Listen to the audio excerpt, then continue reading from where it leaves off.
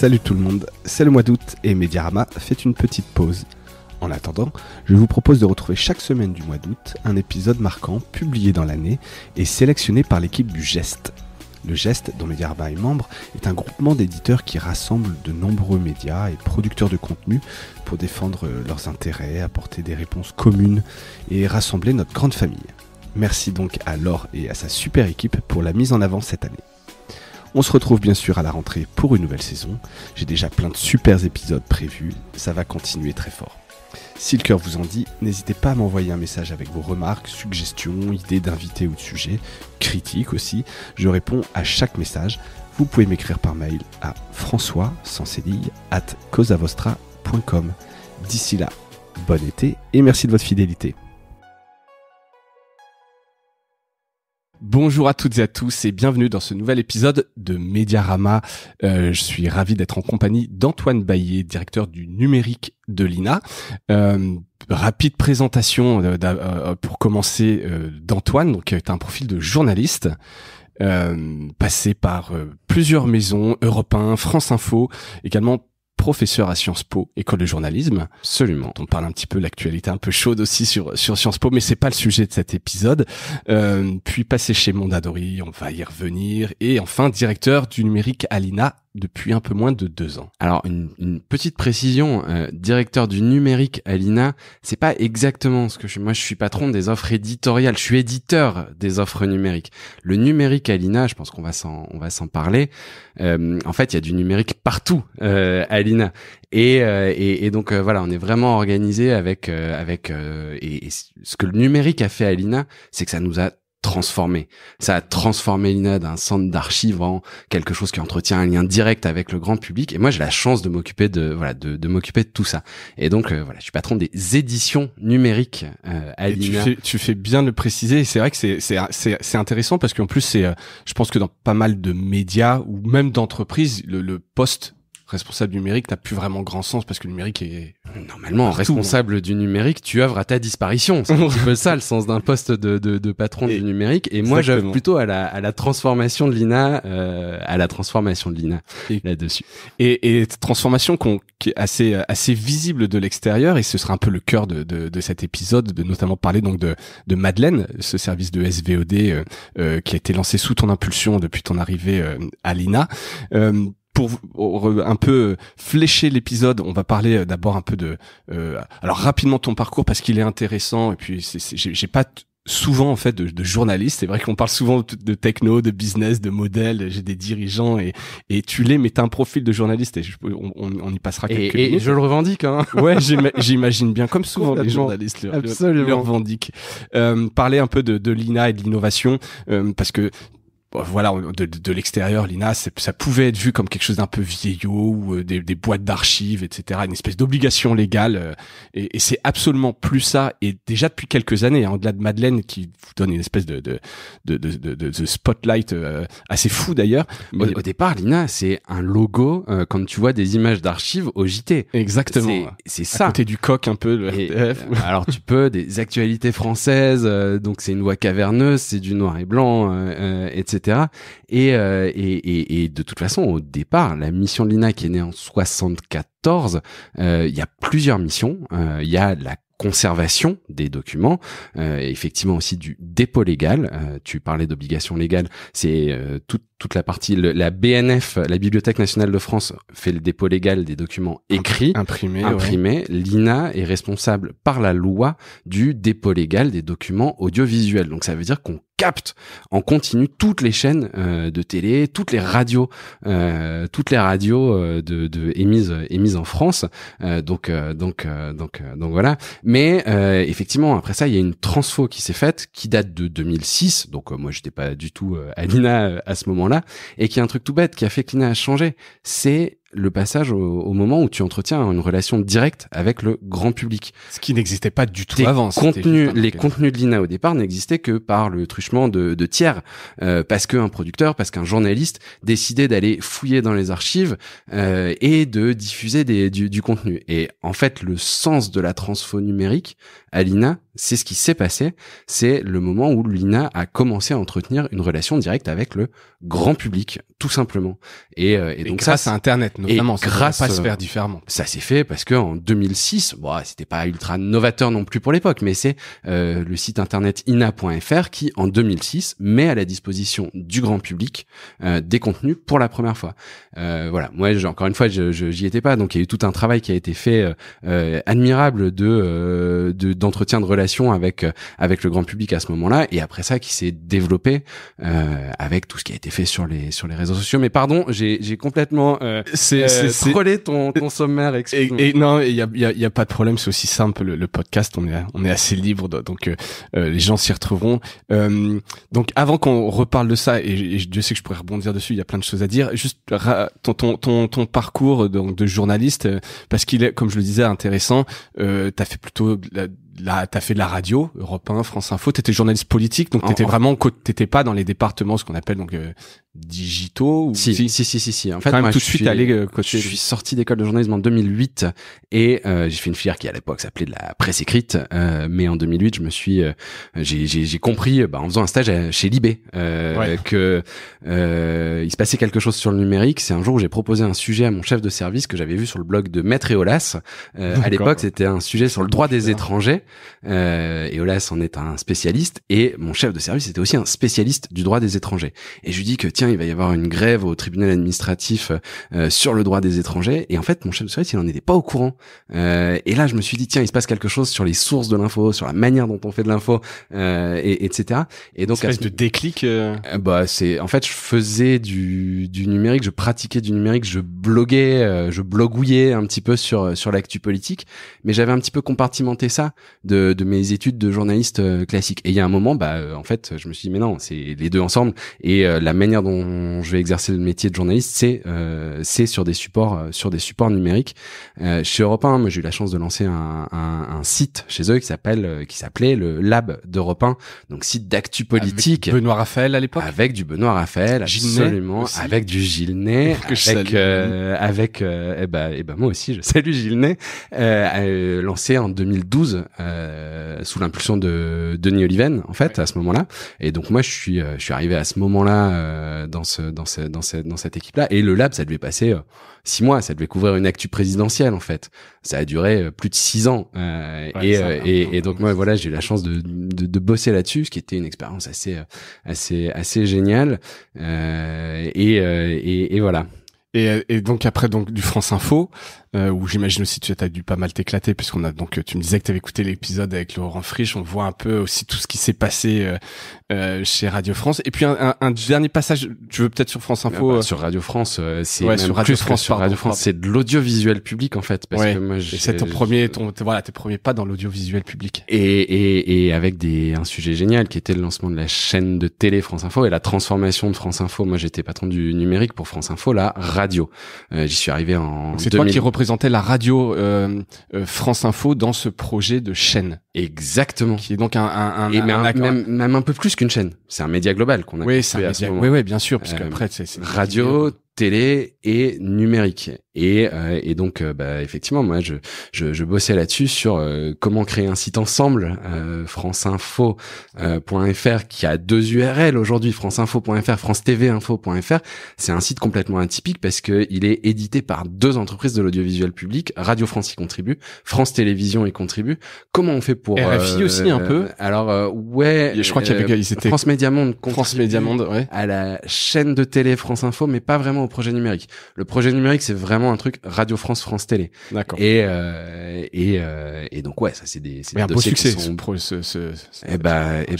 Au moment où on a lancé ce projet numérique, il y a TF1 qui venait de faire la fusion Métro News, LCI. Et à ce moment-là, ce qui s'est passé chez TF1, c'est que la fusion de 2 sites a créé une catastrophe en termes de trafic, en termes de voilà. Enfin, ça a été même quelque chose de très compliqué. Et nous, ils sont en train un peu de sortir sortir aujourd'hui, mais c'est que ça prend du temps, effectivement. Et de notre côté audiovisuel public, on voit ce truc qui se passe, qui est un échec, et nous on est en train de se dire bah tiens, il faut fusionner franceinfo.fr et francetvinfo.fr, comment on fait, quelle marque qui fait quoi, etc.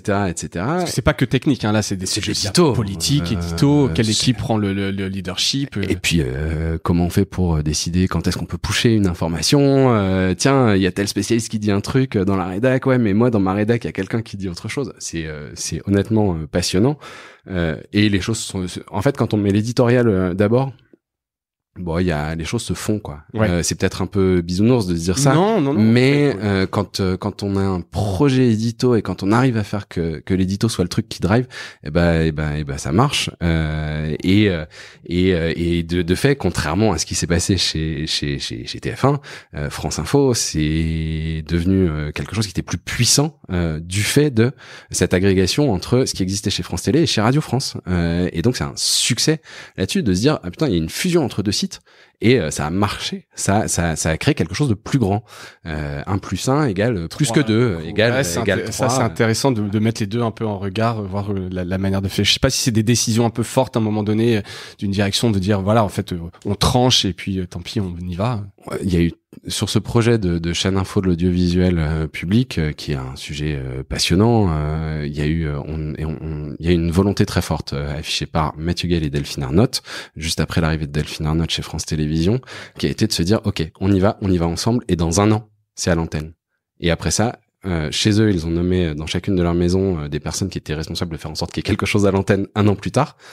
Et de fait, 1 an plus tard, il y avait quelque chose. Non seulement il y avait quelque chose à l'antenne, mais même le projet numérique existait et était fusionné. Ça, c'était la partie sur laquelle on a beaucoup discuté. Fallait-il fusionner ces projets numériques? 6 ans plus tard, 5 ans plus tard, j'ai pas le moindre doute. Il fallait le faire. Ça aurait été une erreur industrielle que de ne pas rapprocher sur l'actu continu ces deux offres qui étaient extrêmement puissantes. La radio France Info était très bonne, mais notre offre numérique était pas ultra développée. Non, pas hyper visible. Exactement, pas plus, exactement. Chez France Télé, il y avait France Télé Info qui était une rédac extrêmement bien structurée, puissante. Pareil, assez inexistante. Quand je dis inexistante, c'est pas visible en tout cas. Ils étaient déjà quand même assez puissants, mais sur un projet numérique qui était un peu à côté de ce qui se passait dans les rédacs de France Télé. Et franchement, voilà, enfin 5 ans plus tard, ouais, c'est un sacré truc, quoi. Ouais, qui a été, du coup, ça c'est exactement. On pourrait presque faire un épisode dessus. Mais c'était il y a 5 ans, donc bon. Voilà. Mais c'est tout. Non. Ce qui est intéressant, c'est toujours voir un peu la genèse, les coulisses, un peu comment ça s'est passé. Mais donc là, on en a eu un petit aperçu. Donc un beau projet. À chaque fois, t'arrives sur des beaux projets. Je sais pas si t'as de la chance ou si c'est toi qui vraiment à chaque fois les choisis bien ou en est l'artisan. En tout cas, sur Madeleine, dont on parlera dans un moment. A priori, c'est vraiment toi qui as insufflé ça, même si ça partait de projet. Toute petite aparté, t'es passé chez Mondadori, où on s'était croisés d'ailleurs. Absolument. Et donc là, le grand écart. Je suis passé de chez France Info à Closer, notamment à la Closer. presse People. Ce qui peut paraître de l'extérieur, je te provoque un peu, mais un drôle de mouvement. J'imagine que tu ne galérais pas pour trouver un travail. Ça a été un vrai choix d'aller sur la presse People. Ça a été un vrai choix. Donc, je suis parti de France Info après l'élection d'Emmanuel Macron parce que ça fait des cycles quelque part en termes d'infos. C'est très cyclique avec les élections présidentielles. C'est des vrais moments. Exactement. Et ouais, bien sûr, ça a été un choix complet déjà parce qu'il y avait beaucoup de choses à faire sur le numérique. Donc, par rapport à la question que tu posais précédemment, ouais, enfin, moi, j'aime bien arriver dans des projets où il y a des choses à faire et où les choses sont pas encore complètement installées, figées, routinisées. C'est quand même plus intéressant de se dire qu'il y a un projet numérique aussi à développer, et c'était le cas. Je m'occupais de Closer, mais pas que Closer, Téléstar, Télépoche. Mais effectivement, c'est loin de France Info au départ. Mais moi, c'était quelque chose qui honnêtement m'intéressait même éditorialement, comme journaliste. J'ai appris des choses sur la manière dont se fabrique cette info, qui n'a rien à voir avec de l'info hard news Au départ, ça n'a rien à voir. En image, ça n'a rien à voir. Quand t'es en soirée ou en dîner, c'est pas la même chose de dire je travaille chez France Info ou je travaille chez Closer non plus en termes d'image. Voilà, c'est pas exactement la même chose. Au final, sur la manière dont l'info est produite, en vrai, les sources peuvent changer, mais il y a quand même cette envie de faire de réussir à sortir des infos et les faire vivre sur différents réseaux, différents formats, exactement. etc. Mais couvrir la mort de Johnny Hallyday chez Closer, moi j'ai appris des choses très très très très humblement. J'ai ça comme fait journaliste plus de vues qu'une présidentielle, une mort de Johnny Hallyday. Je pense que j'en rigole, mais c'est juste assez phénoménal. C'est extrêmement puissant et c'est des choses que tu vois pas forcément complètement parce que notamment pour des journalistes qui vont être très branchés sur les réseaux sociaux, Closer ça va pas être une marque que tu vas avoir extrêmement passée. Tu vas suivre parce que qu'il y a pas ce sentiment de fierté non plus forcément là-dessus. Mais je peux te dire que sur des supports numériques comme AMP et donc sur les mises en avant sur des Android etc. Closer est un truc qui est extrêmement puissant. Bref. Alors, AMP, juste pour expliquer rapidement, c'est ce format de Google qu'on trouve sur mobile lorsqu'on tape dans Google peu importe la mort de Johnny Hallyday, on a des résultats qui sont promus, sur les serveurs de Google. C'est un peu technique, mais c'est puissant en termes d'accès d'après sur les moteurs de recherche. Exactement, et c'est l'équivalent de ce qui se passe sur des iPhones, sur iOS, avec les sections Apple News et les mises en avant de recommandations de contenu. Exactement. Et il se passe la même chose sur les Android. C'est via du AMP. Tu as bien fait de me reprendre, pardon. Non, mais c'est juste parce que AMP tout le monde connaît pas forcément. C'était juste la petite explication technique. Et t'es parti avant le rachat de Reworld. Hein. Avant, je pense que peut-être les discussions étaient. Je suis parti parce que j'ai eu une opportunité dans l'audiovisuel public et que je m'étais éclaté dans l'audiovisuel public. Et donc il y a cette proposition. À tes premières amours. Exactement. Il y avait encore des choses à faire chez Closer et chez Mondadori et effectivement à la faveur du rachat par Reworld. Voilà, c'est tout. Il y a eu cette possibilité là. Ça aurait été très marrant aussi de développer aussi après ça. Bien sûr. Je pense. Après, tu sais, toutes ces polémiques entre Reworld, chez Mondadori, Science et Vie, etc. Après, on peut voir le verre à moitié vide, le verre à moitié plein. Je pense que toi, sur le numérique, il y a moyen de s'éclater sur le numérique sans entrer dans la polémique sur les journalistes. Et Mondadori était globalement, et c'est pas un scoop, plutôt en retard sur le numérique. Le rachat aussi de Reworld, hein, moi, c'est ce qui m'avait attiré chez Mondadori, le fait qu'il y avait beaucoup de choses à faire. Et je pense que ce rachat, c'est exactement ça. Et a priori, ils réussissent assez bien, en tout cas en termes de résultats. Après, en termes de RH, c'est plus compliqué, on va dire. Et donc, tu arrives à l'INA il y a un peu moins de 2 ans et on arrive dans le cœur de l'épisode, mais c'était important parce qu'encore une fois tu as été quand même sur des sujets dont on parle encore aujourd'hui, qui sont alors le lab de repas un peu moins aujourd'hui, mais le reste oui. Je te taquine. Et donc l'INA, voilà, donc on en parlait un peu tout à l'heure en préambule, c'est vrai que c'était donc cette boîte qui était pas très visible, cette obligation de déposer, et pourtant depuis donc 2006, il y a quand même pas mal d'innovations à l'INA. Alors encore une fois, Madeleine, ce service de SVOD le rend hyper visible, mais ça fait déjà quelques années.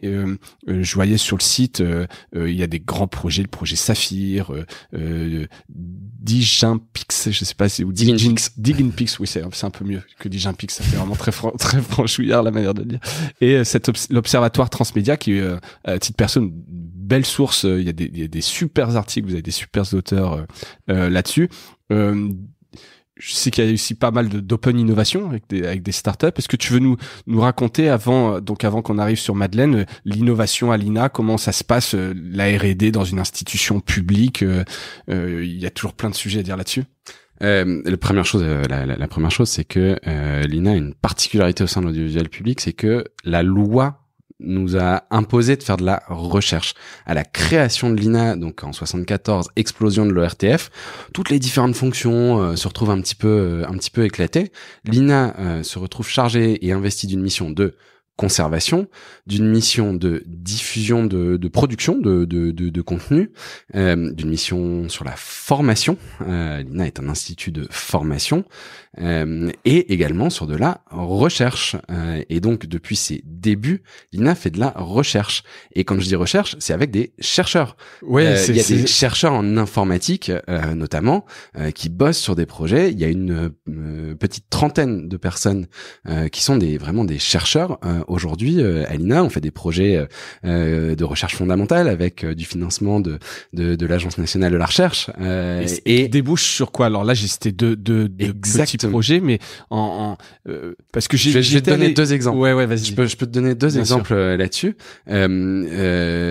L'INA, allez, je vais le dire dans une belle formule, l'INA a quasiment inventé le Content ID de YouTube. On a une technologie similaire qui s'appelle Signature. C'est un logiciel qui va aller repérer des utilisations de contenu, d'empreintes de contenu. Qui identifie une vidéo. Exactement. Ou je dis vidéo ou audio, mais qui sont capables de une vidéo. En l'occurrence, c'est sur de l'image. Et donc, c'est une brique qui est fondamentale chez YouTube pour détecter le copyright et déterminer quel est le copyright, l'auteur, le copyright, exactement, de toutes les vidéos. Et éviter les conflits de paternité sur là-dessus.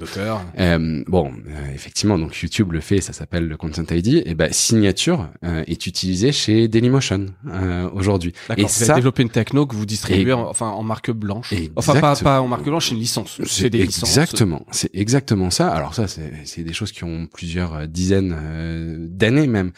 Et au départ, c'est bien de la recherche sur les technos et qui va aboutir là-dessus. Donc on a toute cette branche un peu recherche dure quoi, qui peut déboucher sur des innovations qui vont être utilisées par la suite. On a aussi, et tu citais du coup l'Observatoire Transmédia, c'est un chercheur qui s'appelle Nicolas Hervé qui a mis ça au point. On va avoir toute une partie de recherche aussi sur un peu plus sciences sociales, sur la diffusion de l'information. L'INA observe la diffusion de l'information, ses conditions de production, et donc effectivement on va aller chercher à qualifier, à observer des traitements médiatiques.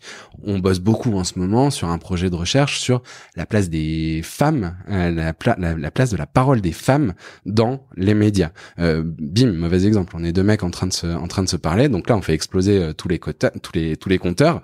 Je dépose pas mes podcasts à l'INA, donc ça va.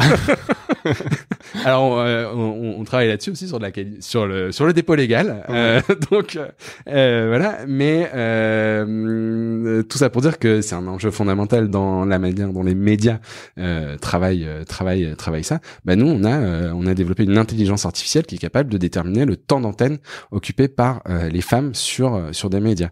Spoiler, il est très mauvais. Et on est à 70% de paroles masculines, que ce soit en information, que ce soit en fiction même.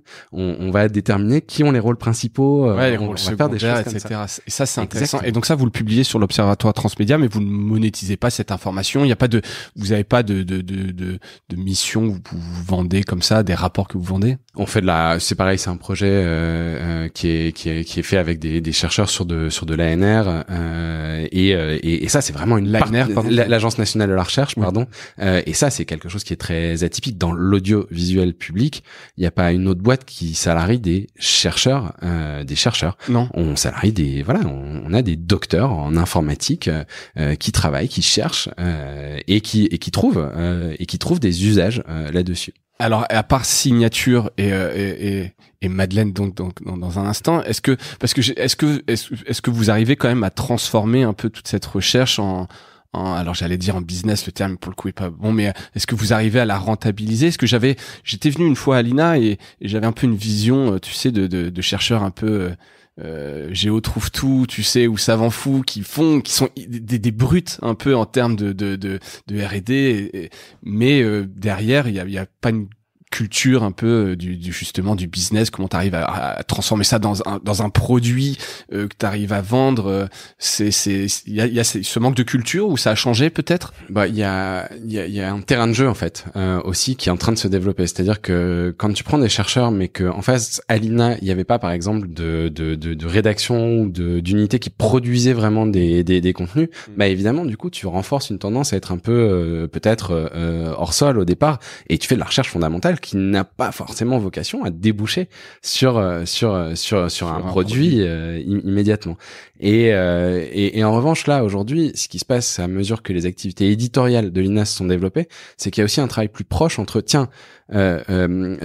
moi je suis journaliste pour l'INA, je veux utiliser telle ou telle archive, je veux aller pouvoir explorer les 20 millions d'heures numérisées. Il y a 20 millions d'heures. 20 millions d'heures. 20 millions d'heures numérisées dans les fonds de l'INA. Comment tu fais pour trouver la bonne chose? Comme journaliste, tu cherches, tu vas utiliser les notices documentaires, il y a des thésaurus, c'est extrêmement bien documenté. J'imagine qu'il doit y avoir des process de documentaliste assez fous. Donc on se parlait tout à l'heure de l'INA de 1000 salariés, il y a environ 400 documentalistes à l'INA. Le cœur de métier au départ, c'est celui-là. Et donc effectivement, en fait à contextualiser, taguer des contenus pour qu'on puisse a posteriori les retrouver. Exactement. C'est exactement ça. Et donc ok, d'accord, c'est cool une fois que ça a été documenté, mais peut-être qu'il y a aussi d'autres outils qui peuvent apporter une information supplémentaire. On a une équipe de chercheurs là qui bosse en ce moment sur la reconnaissance par l'image. Et donc aller identifier dans l'image quels sont les lieux, les personnages qui sont présents dans nos archives. C'est évidemment une autre manière d'accéder. Et ça se nourrit entre le travail édito. Moi j'ai besoin de trouver toutes les représentations de Notre-Dame à travers nos archives, y compris les fois où ça n'a pas été documenté parce que Notre-Dame est à l'arrière-plan ou on a un outil qui est en cours de développement là-dessus, et ça c'est assez génial quand même. C'est clair. Mais après justement ce serait génial, c'est pareil, c'est que cet outil soit bien utilisé. Quand Google développe ce genre d'outil, c'est derrière vraiment bien pour le rendre en produit, etc. Mais vous n'avez pas cette obligation, vous, de rentabiliser, de sortir. On a une particularité au sein de la grande famille audiovisuelle publique. On n'est pas une société anonyme, contrairement aux autres entités. On est un EPIC, établissement public à caractère industriel et commercial. On a une autre particularité, c'est que on est proportionnellement ceux qui sont le moins financés par la redevance. Dans le budget de l'INA, il y a 70% du budget qui correspond à la redevance, et on va chercher tous les ans 30% de nos ressources en propre.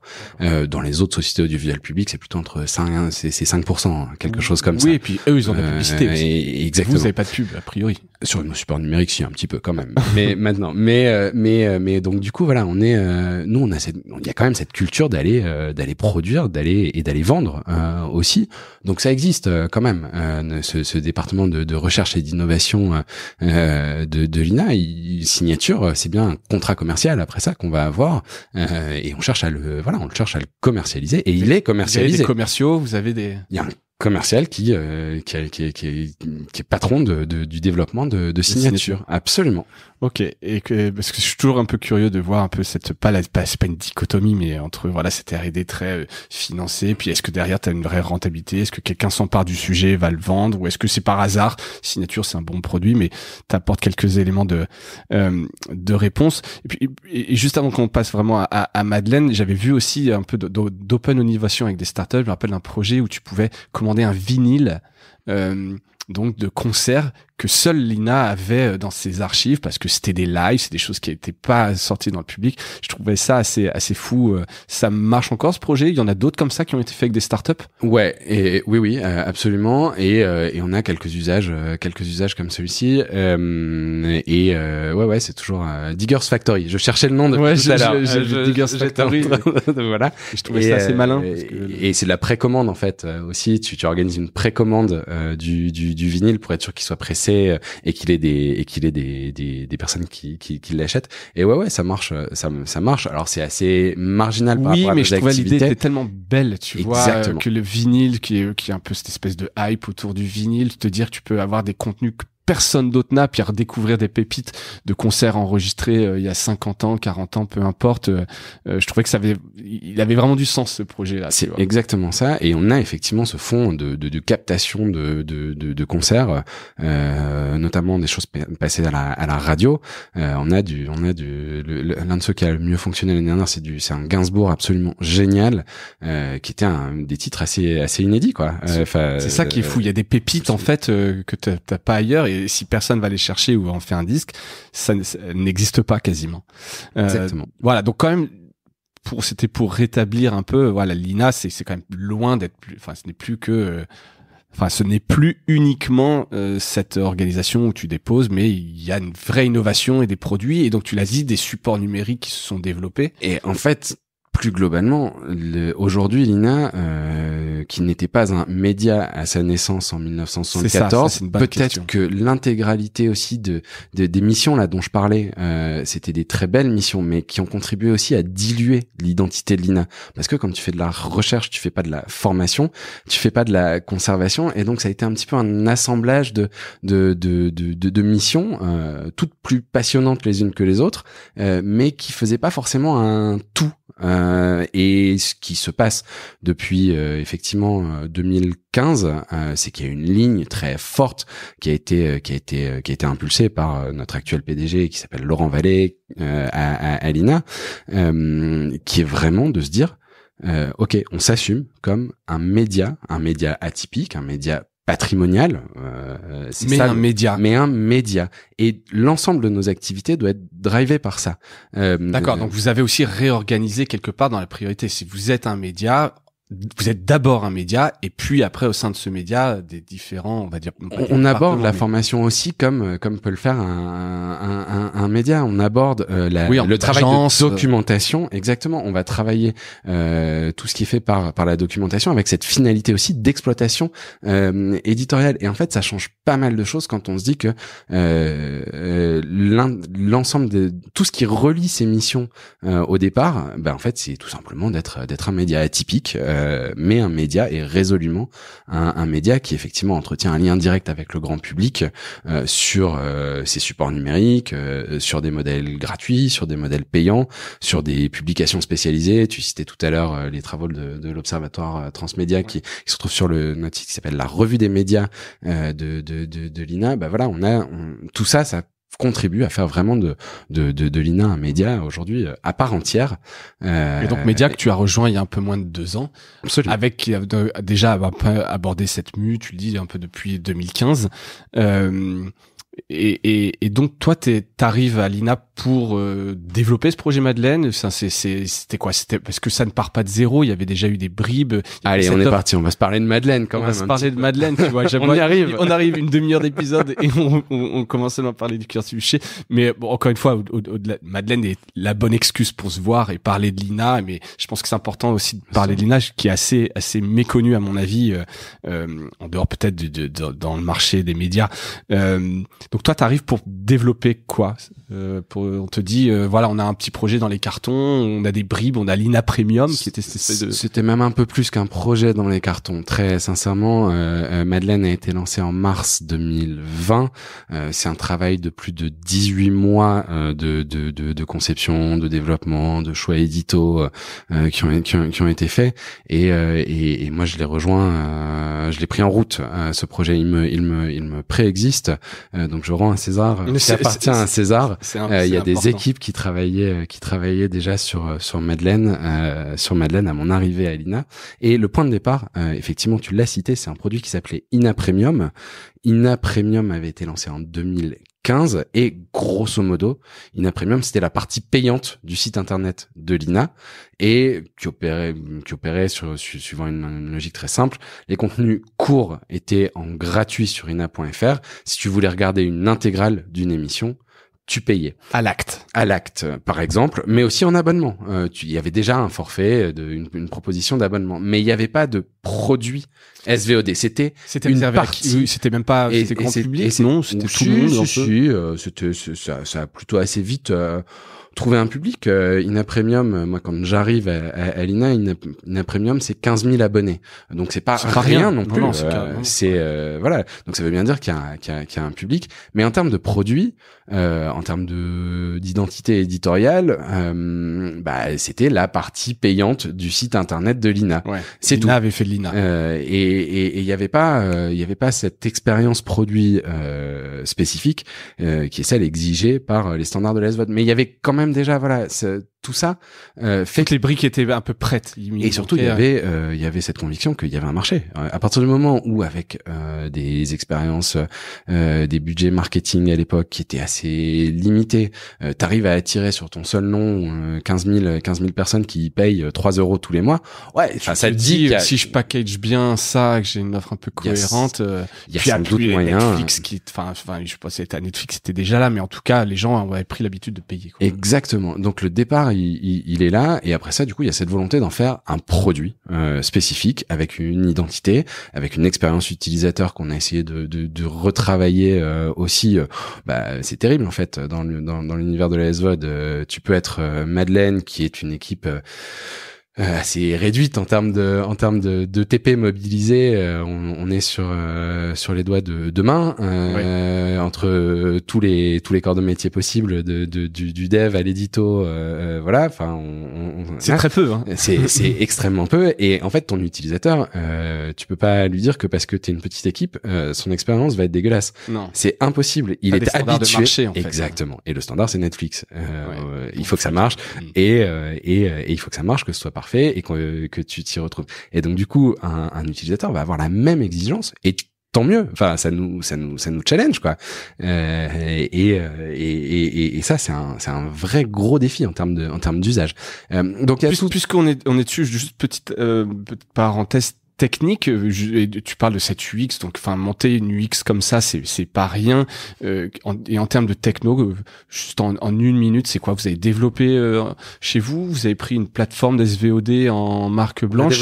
Il existe des plateformes SVOD en marque blanche. Ouais, je pense à VOD Factory, bien sûr, avec qui on échange nous régulièrement. Mais non, on a créé, on a développé, on voulait être propriétaire de cette techno-là. On a bossé avec des agences aussi externes qui ont travaillé au développement en lui-même du produit. Madeleine aujourd'hui, donc c'est accessible sur un site internet responsive évidemment. On a développé également une appli iOS, Android. Là se pose nous dans notre développement la question de se développer sur des téléconnectés. Aujourd'hui, on n'a pas développé d'appli téléconnectée. Peut-être qu'on va, je pense que vous y viendrez, c'est un sujet qui revient en 2021, c'est fort quand même. C'est exactement ça. Et après ça, on essaie à chaque fois de mettre en perspective. Tu parlais business tout à l'heure. Madeleine, c'est aussi, on a un enjeu business, hein, avec. Il y a un PNL, bien sûr. Il y a un PNL direct sur Madeleine. On est même, pour la petite histoire, dans les médias audiovisuels publics, on a un contrat d'objectifs et de moyens qui nous lie à l'État. C'est ce qui définit quels sont nos objectifs structurels. L'INA est chargée de faire ça et ça, et on a c'est dans n'importe quelle autre entreprise, on appellerait ça des KPI. Exactement. Et vis-à-vis de l'État, dans notre nouveau contrat d'objectifs et de moyens, on est engagé sur un nombre d'abonnés sur Madeleine. On s'est donné des vrais objectifs d'abonnés et de marge brute. Et très bien. Enfin, non, mais moi je trouve ça super. C'est assez challengeant, quoi. Ouais. Mais bien sûr. Et donc tous les ans, il y a un moment, on va devoir rendre des comptes au ministère de la Culture et à Bercy, qui regarde ça de près, sur est-ce que vraiment ce produit Madeleine SVOD, c'est un truc qui permet à l'INA de générer du business et de créer de la valeur. Génial. Enfin, et donc c'est aussi à cette zone-là qu'on va décider de faire des applis sur téléconnecté ou pas. C'est en fonction d'un marché qu'on cherche à objectiver. Est-ce qu'il peut y avoir un retour sur cet investissement? Est-ce que ça vaut le coup? Exactement ça. Donc Madeleine, évolution produit, évolution édito. Oui, surtout, très forte. Évidemment, parce que pour moi, pour tout le monde, la SVOD, si tu te dis c'est du flux, c'est de la nouveauté permanente, hein. Il y a une espèce de guerre qui hyper présente ces 18 derniers mois avec l'arrivée des vrais gros concurrents Prime, Disney, etc. Donc tu sens qu'il y a une espèce de bataille, et Salto évidemment, j'avais vu. Comment est-ce que tu fais quand t'as un matériau mort entre guillemets, parce que non, une archive c'est pas mort. Mais donc dans un média, tu vois, comment vous vous positionnez là-dessus, un peu je te laisse un peu sur l'édito notamment. Netflix, nouveauté, oui, bien sûr, mais pas que. Breaking Bad, c'est quoi aujourd'hui? Breaking Bad, est-ce que c'est pas une archive finalement, une série comme Breaking Bad qui a 10 ans? La dernière saison de dernière saison de Breaking Bad, il se passera plus rien, et c'est voilà, c'est une petite pique, hein, mais ce contenu au départ, alors évidemment, moi j'ai pas des droits acquis sur Breaking Bad, hein, et donc on travaille sur tout à fait autre chose, mais dans un catalogue SVOD, oui, il y a les nouveautés qui sont importantes, bien sûr, c'est un facteur de déclenchement à l'abonnement très très très fort, mais il n'y a pas que ça non plus, et donc voilà, je prenais cet exemple là, je prenais cet exemple là. Éditorialement, Madeleine, c'est 13 000 contenus qui sont tous issus des fonds de l'INA. Ça représente à peu près 13 000 heures, si je la fais très schématiquement. Et tout à l'heure, je disais que les fonds de l'INA c'était 20 millions d'heures, donc 13 000 par rapport à 20 millions. Bah c'est simple, hein, on a cherché à constituer un catalogue qui soit la crème de la crème de l'expérience, des contenus qu'on peut proposer. On a construit ça sur plusieurs genres. On a des séries et des fictions. Je pourrais te parler d'Arsène Lupin. Ouais, j'ai vu. C'est très malin en fait. Mais je pense que ça reflète un peu le positionnement de Madeleine. C'est clairement ça. C'est une capacité d'équipe. Alors, ce que tu parlais de journalistes, de médias, vous avez une conférence de rédaction. Je sais pas si elle est liée purement à Madeleine ou elle est plus globale, mais voilà, c'est votre capacité à aller rechercher des contenus d'archives totalement liés à l'actualité ou qui sont ce petit pas de côté intéressant, complémentaire en fait d'un Netflix. On prend pas Netflix ou Madeleine. Absolument. Et on est une offre de complément en SVOD pour l'utilisateur. On est la deuxième bagnole. T'as une première voiture, bah ouais, mais tu peux avoir une offre de complément, et on le revendique. On est une offre de SVOD patrimoniale avec une ligne spécifique et avec une proposition éditoriale qui est évidemment très très spécifique. T'as parlé de conférence de rédaction, oui, qui effectivement englobe l'intégralité des contenus qu'on produit, pas uniquement ce qui est proposé en payant en SVOD, il y a aussi tout ce qui est proposé en gratuit sur nos réseaux sociaux notamment. Et en fait, nous on crée des couples un peu bizarres à l'INA entre des journalistes et des documentalistes. C'est un truc qui existe plus vraiment en rédaction aujourd'hui.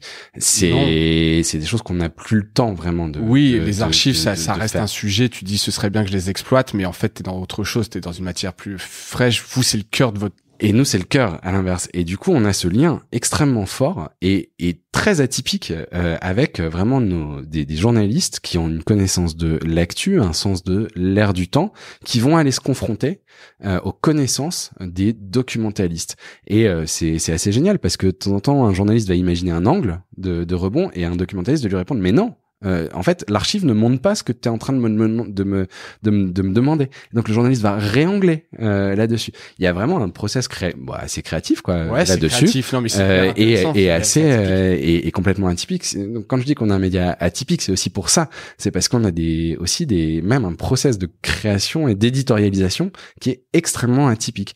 Et ça, c'est quelque chose qu'on développe, qu'on revendique. Et donc Madeleine, c'est une équipe à la fois de journalistes emmenée par une responsable éditoriale qui s'appelle Pauline Baduel, qui est arrivée à l'INA il y a quelques mois, et de documentalistes qui sont de nouveau remis en avant. En fait, ils étaient pas oubliés, mais ils ont un rôle clé. Absolument. Et ils connaissent le catalogue des fictions de l'INA par cœur. Madeleine, c'est des séries fictions, c'est des documentaires, c'est des captation de spectacles, et alors notre registre le plus fort, le plus atypique, c'est celui le plus distinctif, pardon, c'est celui des émissions cultes. Tu peux te refaire toutes les heures de vérité sur Madeleine, tu peux te faire Thalassa sur Madeleine. Donc au moment de la mort de Georges Pernou, nous c'est un gros événement pour nous. Ouais, bien sûr. Parce que tu vas aller redécouvrir, tu vas te rendre compte qu'en fait c'est pas que ce truc ringard que tu regardais ou pas avec tes parents le vendredi soir. C'est aussi honnêtement, moi j'ai redécouvert des reportages de Thalassa. Et en fait c'est vraiment du grand reportage et du documentaire. Oui, et qu'on dit même, désolé pour l'anglicisme, mais evergreen quoi. En fait, avoir un reportage sur une île, voir un reportage, c'est que tu le vois maintenant ou il y a 20 ans. Absolument. La qualité est bonne. D'ailleurs, vous restaurez un peu. Absolument. Pour que ce soit, vous avez des standards, vous êtes obligés. Absolument, et c'est pour ça que quand je parlais tout à l'heure de numérique qui est pas l'apanage d'un département à l'INA, ça on fait partie, c'est-à-dire qu'on a évidemment des grosses capacités de restauration au plus près des collections, du coup au plus près des documentalistes, et c'est un savoir-faire qu'on revendique ça. Et donc sur Madeleine, tous nos contenus ne sont pas restaurés, mais quand on veut travailler particulièrement un contenu, on va se dire qu'il faut le restaurer. Peut-être que vous événementialisez ou mettez bien en avant, vous allez un peu mieux le restaurer. La série est assez géniale. Donc en fait, moi j'ai découvert aussi ça, mais l'audiovisuel a fait 3 séries successives sur Arsène Lupin. Il y en a une en 69, une en 79 et une en 81. Et la meilleure des meilleures, c'est celle de 69 avec Georges Descrières comme acteur. Et on l'avait pas immédiatement parce qu'il y avait des sujets de droit.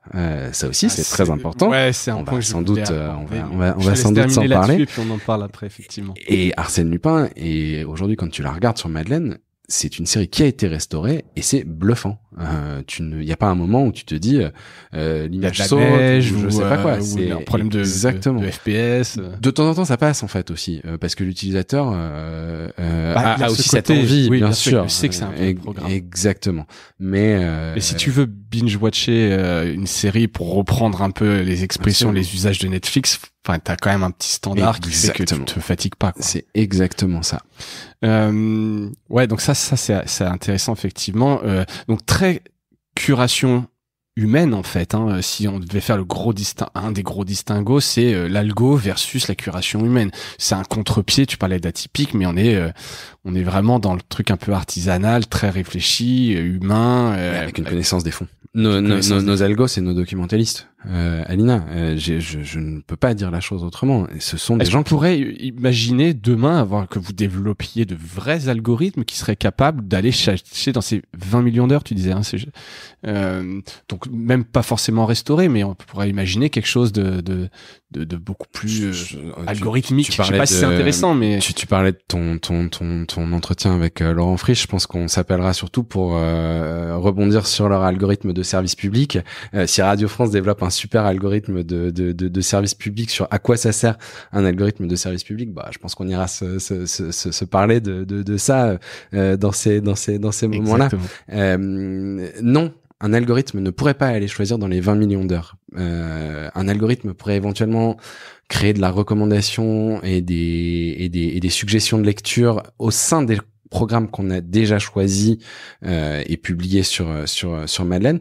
Mais pourquoi un algorithme ne pourrait pas? Parce que on a des sujets juridiques sur nos 20 millions d'heures. À chaque fois qu'on va aller publier un contenu sur Madeleine qui n'est pas déjà présent sur Madeleine, on va chercher qui sont tous les ayants droit, est-ce que c'était une société, est-ce que etc. Et on va relire des dossiers de production. On a une direction juridique à l'INA qui est absolument génial, mais qui va aller relire des dossiers de production pour vérifier qu'on n'est pas en train de diffuser quelque chose ou en fait on doit reverser quelque chose à un ayant droit qu'on n'aurait pas identifié. Donc ça c'est assez génial, et ça il n'y a pas un algorithme qui pourra le faire. En tout cas ça rajoute de la difficulté. Et donc justement sur ces droits, les contenus que vous diffusez, je suis vraiment très très néophyte en la matière, mais c'est des contenus qui sont tombés dans le domaine public. Vous devez payer quelqu'un dessus, vous les choisissez en fonction de ces droits? Domaine public, non. Ce n'est pas du domaine public. L'INA, la loi a organisé une dévolution de contenu, de droits, et donc, par exemple, tous les programmes d'avant 1997 qui ont été produits par l'ORTF et Radio France en matière audio, aujourd'hui appartiennent à l'INA. Les droits appartiennent à l'INA. Radio France peut les exploiter et on échange évidemment voilà, il y a des process très normés et il en est de même sur des programmes télé. Il y a toute une dévolution voilà de contenus qui ont été organisés. Et après ça, on a aussi un système où des contenus ont encore des ayants droit à qui on va verser tout simplement. On reverse une partie de notre chiffre d'affaires généré par de la SVOD à des ayants droit de programmes. D'accord. Et ça vous avez aucun problème avec ça. Vous n'allez pas vous interdire d'utiliser des contenus sur lesquels il y a encore des droits. Exactement. Voilà, ça fait partie de l'équation économique. Exactement. Vous savez que sur certains contenus vous reversez. Exactement. D'accord. Ouais. Donc ça, il faut bien suivre aussi. Ça peut être un peu complexe à mettre en place, mais bon, vous avez les équipes qui sont un peu habituées à ça. Exactement. Qui est abonné à Madeleine? Parce que spontanément, on peut imaginer que tu parlais de Thalassa ou de ces séries. Alors c'est plutôt les boomers, c'est nos parents. Alors j'ai 40 ans, mes parents ont 70 ans. Est-ce que c'est plutôt eux qui regardent ça? Est-ce que les jeunes ça les intéresse? Tu peux nous en dire plus un peu sur les abonnés? Ouais, bien sûr. De toute façon, on les rencontre, nos abonnés. On a fait des sondages, des études quali, quanti, pour savoir évidemment qui ils sont. On a, comment dire ça, au départ, l'une des motivations pour un abonné Madeleine, c'est effectivement de revoir quelque chose qu'il a déjà vu, donc ce qui suppose un certain âge, évidemment. Donc on a ce socle, ce bassin de personnes qui viennent pour revoir quelque chose. Et donc eux ont un comportement très particulier sur Madeleine. Ils savent qu'ils veulent voir tel programme. Ce sont plutôt des chasseurs. Ils viennent et ils vont utiliser le moteur de recherche, ils vont taper leur recherche et ils vont pouvoir voir Thalassa, L'heure de vérité, le divan d'Henri Chapier, que sais-je. Et donc eux, ils arrivent vraiment avec une idée préconçue et bien précise et bien définie là-dessus. On a un autre type de comportement et on est à peu près à moitié-moitié dans les usages où des personnes vont au contraire se faire prendre par la main et vont aller picorer, vont se promener au sein de Madeleine pour découvrir en mode sérendipité un peu, se laisser surprendre par des contenus et du coup c'est à eux particulièrement que s'adressent toutes nos propositions éditoriales, toutes nos recommandations, toutes nos sélections sont évidemment plutôt ces promeneurs là qui vont découvrir voir pour la première fois. Exactement. Et ça, c'est notre pari éditorial. C'est de se dire que, et je reprends mon analogie avec Breaking Bad tout à l'heure, c'est qu'en fait, il y a certains programmes, quand t'es une génération dingue d'images, en fait, que l'image est 10, 20, 40 ans, ce qui compte, c'est la nature du programme, c'est l'intérêt du programme. Fond, évidemment. Exactement. Et du coup, on essaie de construire toute cette éditorialisation là-dessus. Sur l'âge moyen de nos abonnés, on n'est pas à une offre aujourd'hui où majoritairement on aurait des 30-35 ans qui seraient abonnés, mais on fait tout pour aller les chercher parce que c'est aussi une mission de service public là-dessus. J'ai parlé de marge brute, j'ai parlé de KPI tout à l'heure et j'ai parlé de la dimension business de l'INA. Oui, bien sûr, elle est là. Mais il n'y a pas que ça. On transmet énormément de choses. Et si on transmet pas à des jeunes générations, quelque part dans 10-15 ans, on n'aura plus vraiment de public.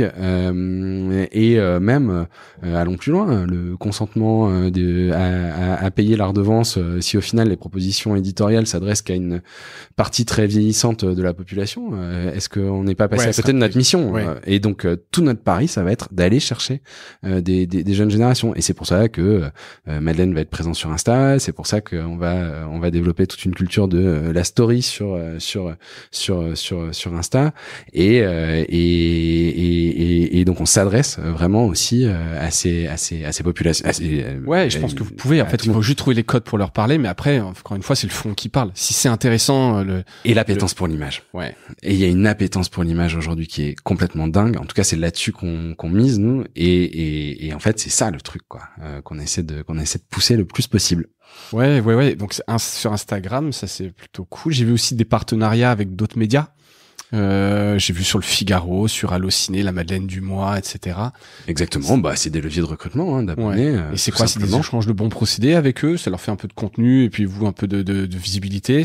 Ah bah, ça dépend des médias en question. Il y a aussi. Il y a des deals aussi. Il y a bien sûr. Avec des revenus, des partages de revenus sur de l'acquisition. Ou même de notre côté, des dispositifs. Enfin, aujourd'hui, il n'y a pas une offre on se parlait d'Allociné, les offres de streaming ont toutes un corner chez Allociné qu'ils alimentent même. Enfin, nos programmes sont évidemment dans les bases Allociné. Le maillage entre la base Allociné et l'ancrage, bah c'est voilà. Enfin, c'est un espace qui vaut cher. Exactement. Et on a la chance d'avoir un catalogue suffisamment atypique pour que on soit pas trop en concurrence entre différents opérateurs là-dessus. Le Figaro, c'est un intérêt édito du Figaro qui adore se balader dans Madeleine. Il y a un côté quand même, tu vois, tu parlais aussi, il y avait eu un bel article sur le Parisien, mais les gens qui aiment Madeleine aiment beaucoup Madeleine, j'ai l'impression. C'est assez, ouais. Tu vois ce que je veux dire? Bien sûr.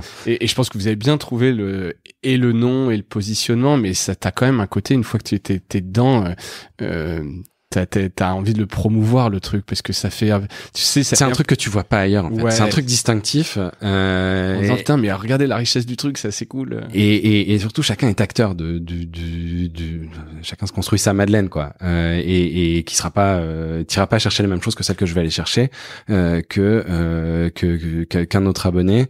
Et donc, du coup, il y a aussi cette capacité à partager, à favoriser le partage entre utilisateurs. C'est clair. Et ces utilisateurs, donc là, t'as quelques chiffres, vous en êtes à combien d'abonnés par rapport à ces objectifs, justement? Alors, plus que c'est public, est-ce qu'ils sont publics, justement, ces chiffres-là? Eh bien, non. Je ne te donnerai pas le nombre d'abonnés exact à date, aujourd'hui, à Madeleine. On est bien au-delà de ce qu'on espérait. En fait, on s'est lancé le 19 mars de manière un peu précipitée. Ouais, alors vous avez probablement aussi bénéficié de l'effet confinement. Et là, quand je jongle entre mes casquettes, c'est la casquette service public de l'INA qui était là. Confinement, on n'était pas tout à fait prêt à se lancer, ce qui est un risque assez fort en termes de produits. Oui. C'était chaud. Un mauvais lancement, ça peut entièrement te plomber. Hein. Tout peut s'arrêter. Exactement. On a offert une période de gratuité étendue. Aujourd'hui, donc Madeleine, c'est 2,99€ par mois. Tu cherches pas, il y a pas moins cher pour le nombre de contenus. Voilà. Et c'est aussi un tarif de service public là-dessus. Et donc 3 mois de gratuité au lieu de 1 mois de gratuité au moment du confinement. Bon, je pense que ça aide à passer la période quand tout n'est pas forcément exactement parfait. Oui. Si en même temps à côté de ça t'as 3 mois un peu pour corriger un peu le tir et montrer. On est allé beaucoup plus vite que ça. C'est beaucoup plus vite que 3 mois. On est monté à 60 000 abonnés à ce moment-là, donc de 15 000 à époque premium à 60 000. Évidemment, après ça, c'était des personnes qui bénéficiaient aussi de la gratuité. Donc, oui, donc il y a du churn, là, qui peut être fort, mais qui est normal. Qui est absolument normal. Et aujourd'hui, on recrute en net. Tiens, on se parlait d'Arsène Lupin. Je vais te donner un chiffre. Arsène Lupin est arrivé vendredi dernier sur Madeleine, il y a un peu moins de 7 jours. Donc, c'est quelque chose qui nous permet de recruter des nouveaux abonnés. On est à 1000 recrutements d'abonnés nets sur les campagnes qu'on a conduites. Des campagnes Arsène Lupin. Exactement. 1000 personnes qui sont venues s'abonner, qui ont lâché un numéro de CB, alors qui pour l'instant sont dans leur période de gratuité d'1 mois. Oui, mais t'en garderas et après. Mais évidemment. Ouais. Et là, c'est mine de rien, c'est pas mal, quoi. Enfin, je fais l'analogie avec ce que j'ai connu dans le monde de la presse écrite sur les abonnements numériques. Les 1000 abonnés, faut aller les chercher. Hein, exactement. Et là, ça y est, on a, après ça, à nous de bien le travailler, de les conserver, et de tout faire pour les inciter à rester. Qu'est-ce que vous avez comme ressources là-dessus? Parce qu'en fait, ce business-là, il est très, alors là, c'est très marketing, l'analyse, ce qu'on appelle un peu du data crunching, quoi. Il faut aller voir dans le détail des chiffres, les gens qui se désabonnent, etc. J'ai dit qu'on était une petite que dizaine. Ça se compte sur les doigts de main. Donc. Mais t'as quand même quelqu'un un peu de spécialisé là-dessus. Vous faites pas ça de manière pragmatique. Vous êtes vraiment dans le détail des chiffres. Vous êtes pointu là-dessus. On se développe. La marge de progression. J'ai aussi dit tout à l'heure que j'aimais bien les entreprises où il y avait des choses à faire. Ouais. C'est un axe de développement, bien sûr. Et encore une fois, de toute façon, si je reprends cette histoire de l'INA où au départ on n'est pas en contact avec le grand public, à la culture du marketing et de l'utilisateur final, ça se développe en interne, exactement. Et elle est géniale cette mutation là et cette évolution là. Et on va avoir des chances de se développer là-dessus. Et ça participe de la transformation de l'INA en média. La culture du marketing et de l'utilisateur final. Enfin c'est aussi un autre métier que vendre des archives à des tiers et c'est assez passionnant là-dessus. Je l'imagine bien. On arrive à la fin de cet épisode. Je voudrais juste voir le futur. T'as parlé un peu de téléconnecté, t'as parlé un peu de réseaux sociaux. Comment est-ce que tu vois l'évolution de Madeleine? Est-ce que c'est évidemment plus de contenu, mais est-ce que c'est des contenus qu'on pourrait retrouver ailleurs? Je sais pas. Est-ce qu'on pourrait imaginer retrouver des contenus de Madeleine sur un Netflix, ou je sais, tu vois, comment ça peut évoluer ça? Sur un Netflix Madeleine, je sais pas trop. En revanche, est-ce que Madeleine pourrait être présent, je sais pas moi, sur une chaîne sur une chaîne d'Amazon Prime Video? Ouais. Pourquoi pas? Ouais. Pourquoi pas? C'est des choses qu'on est en train de la distribution élargie au-delà de l'OTT de Madeleine. C'est quelque chose qu'on est en train de travailler, en train d'instruire, avec toujours cet équilibre sur combien ça va nous coûter à développer. Quelles sont les perspectives business là-dessus? On se parlait d'usage tout à l'heure. Madeleine est atypique en termes d'usage. 80% des visionnages se font sur un écran d'ordinateur. Ouais, ça c'est ce qui est pas normal. Non. Pour une offre SVOD. Oui, c'est devrait être c'est 80% aujourd'hui des consommations de contenu sur les offres SVOD se font sur un écran télé. Et donc vous parlez avec les FAI, enfin les telcos, pour être sur les box, avoir l'offre, Sony pour être sur la PlayStation. Ça fait partie de nos questions. Il y a des intermédiaires. Bien sûr, on prend notre petit bâton de pèlerin, on fait le tour, on essaie de déterminer. On se parlait de VOD Factory tout à l'heure. VOD Factory édite des services pour Orange et a lancé ça il y a une semaine. Pourquoi pas, j'en sais rien. Tant qu'on arrive à avoir une visibilité qui nous intéresse, ça fait partie de choses sur lesquelles on travaille. Et en termes d'usage, on sait qu'on doit. On en a encore sous le coude en fait. Oui. C'est comme ça qu'on voit. En fait, faut le voir. Je parlais tout à l'heure de verre à moitié vide, à moitié plein. De verre à moitié plein, c'est que une progression qui est assez fantastique. Exactement. Et donc on fait tout. L'écran télé est un horizon de développement pour Madeleine. C'est évident. Et ça fait partie de nos axes sur ce qu'on veut cocher en termes de développement dans les prochains mois, dans les prochains mois. Allez, je vais rester en mois. Bien sûr, parce qu'en fait année, il y aura des choses, mais tu sais, c'est trop compliqué de se projeter sur ce genre de business. Et après ça, tout notre travail, au-delà de ces évolutions de distribution là, c'est aussi de réussir à affiner encore notre programmation édito. C'est un vrai travail de programmation. À qui on s'adresse? Quels sont les contenus qu'on met en avant? Comment on va chercher de nouveaux droits éventuellement sur des contenus? Tu pourrais aller chercher des contenus que vous n'avez pas aujourd'hui en fond. Je te donne à l'étranger. Je te donne un exemple. Des INA dans le pays. Ou même au moment je vais te donner un exemple assez récent. Au moment je suis un fan de politique. On s'est parlé du lab d'Europe 1 tout à l'heure. Ouais.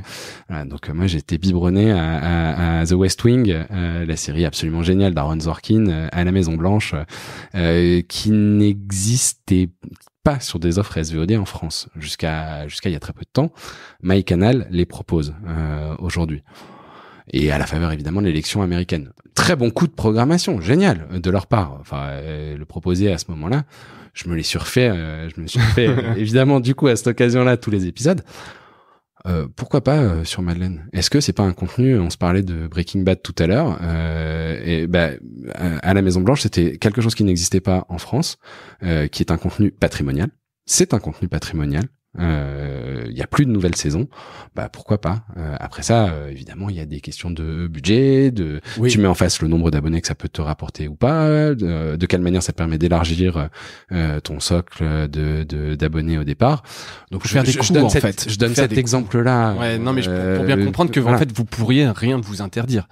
Moi, je m'interdis absolument rien tant que c'est cohérent avec la ligne édito de ce qu'on se fixe, qui est une mission de créer une offre spécialisée, une offre SVOD qui a une identité, qui est une offre SVOD patrimoniale. Et à partir de ce moment-là, si ça rentre dedans, ça rentre dedans. Pourquoi pas la première saison de Burger Quiz. Je sais pas moi. Burger Quiz a une histoire atypique. Ouais, il y a eu la sûr. première saison sur Canal. Il y a ensuite eu les épisodes sur les saisons sur TMC. La première saison de Burger Quiz. Voilà. Je peux continuer longtemps. Non, mais bien sûr. Ouais, je vois bien. Mais en tout cas, c'est intéressant de se dire que voilà, vous enfermez absolument pas dans ce côté. Hartlecker à vif. Je sais pas moi. Allez, je vais continuer. Non, comme mais ça. c'est vrai parce que quand tu vois le succès de Friends sur Netflix, et là pour le coup, c'est pas 10 ans comme Breaking Bad, quoi. C'est plus 20, etc. Et donc, comment tu peux créer une offre jeunesse avec des vieux dessins animés, des mangas, enfin. Alors, truc atypique, on avait des contenus dessins animés précédemment sur l'offre Ina Premium. On les a sortis au moment où on a lancé Madeleine parce que ça n'a jamais trouvé de public. C'est-à-dire qu'en Madeleine, fait, mais vous l'avez pas testé dans Madeleine encore. On l'a pas encore retesté sur Madeleine, mais on a fait un choix de distribution qui est un peu différent. On l'a mis sur YouTube en fait plutôt, parce que la capacité que quelqu'un va avoir à transmettre ou pas ses contenus à ses enfants. Parce que si tu t'abonnes, tu dois payer ça. Ça marche pas complètement, et donc on a fait un choix de distribution qui est plutôt de les mettre en gratuit, et ça fonctionne nettement mieux en termes de consommation. Donc t'as du Casimir sur les chaînes YouTube de Lina. On les a pas mis sur Madeleine parce précédemment ça marchait pas sur Premium, et qu'on s'est dit que voilà, De toute façon, pourquoi pas, ouais, bien sûr. pourquoi Après, pas les remettre à un autre moment, évidemment. Toute dernière question, on a assez peu parlé d'audio, on a été quand même très vidéo sur les podcasts, et là c'est encore une fois un peu d'ouverture sur les usages cartonnent sur les podcasts. Comment vous traitez l'audio versus la vidéo? J'ai parlé des catégories présentes de contenu Ouais. sur Madeleine. Effectivement, série fiction, documentaire, captation de concerts et émissions cultes. On a une autre catégorie qui est celle de l'audio. Sur 13 000 contenus, c'est quand même à peu près 4 000 contenus. Je suis très humble, et venant de Radio France, ayant travaillé chez Radio France, chez Europe 1, j'aurais du mal à dire l'inverse. Madeleine est pas une offre de podcast en termes de même d'UX. Pour écouter aujourd'hui de l'audio, il faut un lecteur persistant sur une appli, iPhone. Ça se passe au casque sur une appli. Oui, l'usage est pas le même que de regarder une vidéo. C'est beaucoup plus simple quelque part. T'es dans une application, tu regardes une vidéo. L'audio, le mec veut. Tu dois développer exactement. Et donc Madeleine permet pas, par exemple, aujourd'hui, d'avoir un lecteur persistant audio. Bon, c'est tout bête, c'est un point de détail, mais c'est pour dire qu'on est assez réaliste sur ce qu'on est exactement en termes d'usage sur l'audio ou pas. Et notre audio, il est là en complément. Il est là sur tiens, je vais te prendre un exemple très bête. Tonton David est mort hier soir. Ouais. Absolument. 53 ans.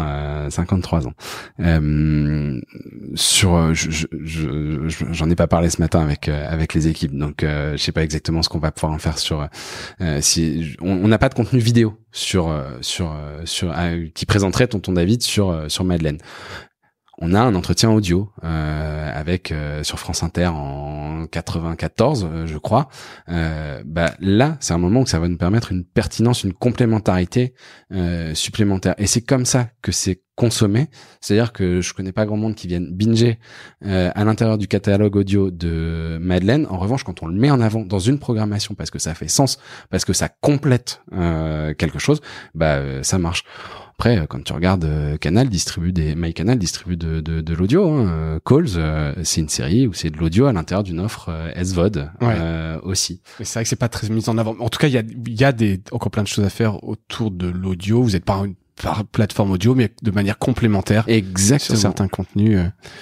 Parce qu'après, voilà, on pourrait se dire des usages sur les assistants audio connectés. Il pourrait y avoir Madeleine sur des assistants. Bon, c'est peut-être un peu tiré un peu loin, mais puis tu payes pas. ça aussi, pardon, non, mais t'as bien raison, mais c'est pour tester.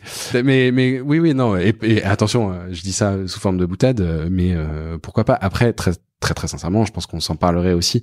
Il y a aussi cette idée de faire ce qu'on fait de mieux par nous-mêmes, et peut-être sur le reste de parler à des acteurs. Donc peut-être qu'on en parlerait avec d'autres acteurs là-dessus. Du marché. Exactement. Très clair. Merci Antoine pour toutes ces infos. Je trouve ça assez passionnant. Enfin, je pense que tu dois t'éclater, et comme tu l'as dit, il en reste encore beaucoup à faire. Exactement. Mais en tout cas, c'est assez impressionnant. Merci beaucoup de ton invitation. C'était un plaisir d'échanger et de raconter un peu ce qui se passe à Brie-sur-Marne, parce que l'INA se passe aussi à Brie-sur-Marne. À Brie-sur-Marne. Voilà, c'est un peu sur une colline, puisqu'historiquement, il fallait protéger les archives des intempéries. Je pense que vous en êtes où de la numérisation de toutes ces archives? Est-ce qu'elle sera faite un jour, d'ailleurs? Oui. Et en fait, c'est pareil, je pense qu'on pourrait faire un épisode là-dessus tellement ça va être complexe. Et par rapport à ce que je disais en tout début, je ne suis pas directeur du numérique à l'INA. En fait, le numérique à l'INA, avant d'être quelque chose qui a permis de toucher le grand public, ça a aussi été la numérisation des fonds. Et aujourd'hui, c'est quelque chose qui a été initié avant les années 2000, à la fin des années 90.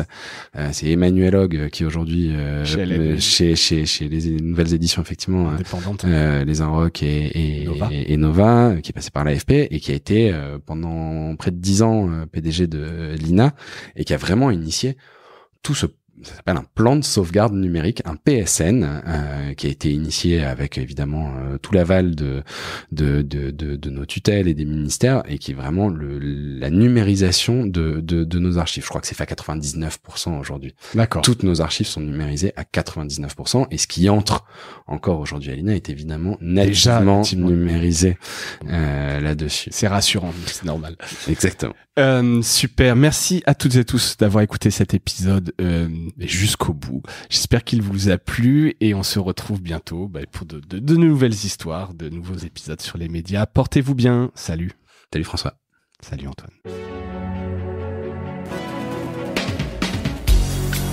Voilà, Mediarama s'achève. Si cet épisode vous a plu, n'hésitez pas à le liker et le partager. Et puis, si vous souhaitez être accompagné par notre agence Cosa Vostra, contactez-moi par mail mediarama@cosavostra.com. Portez-vous bien.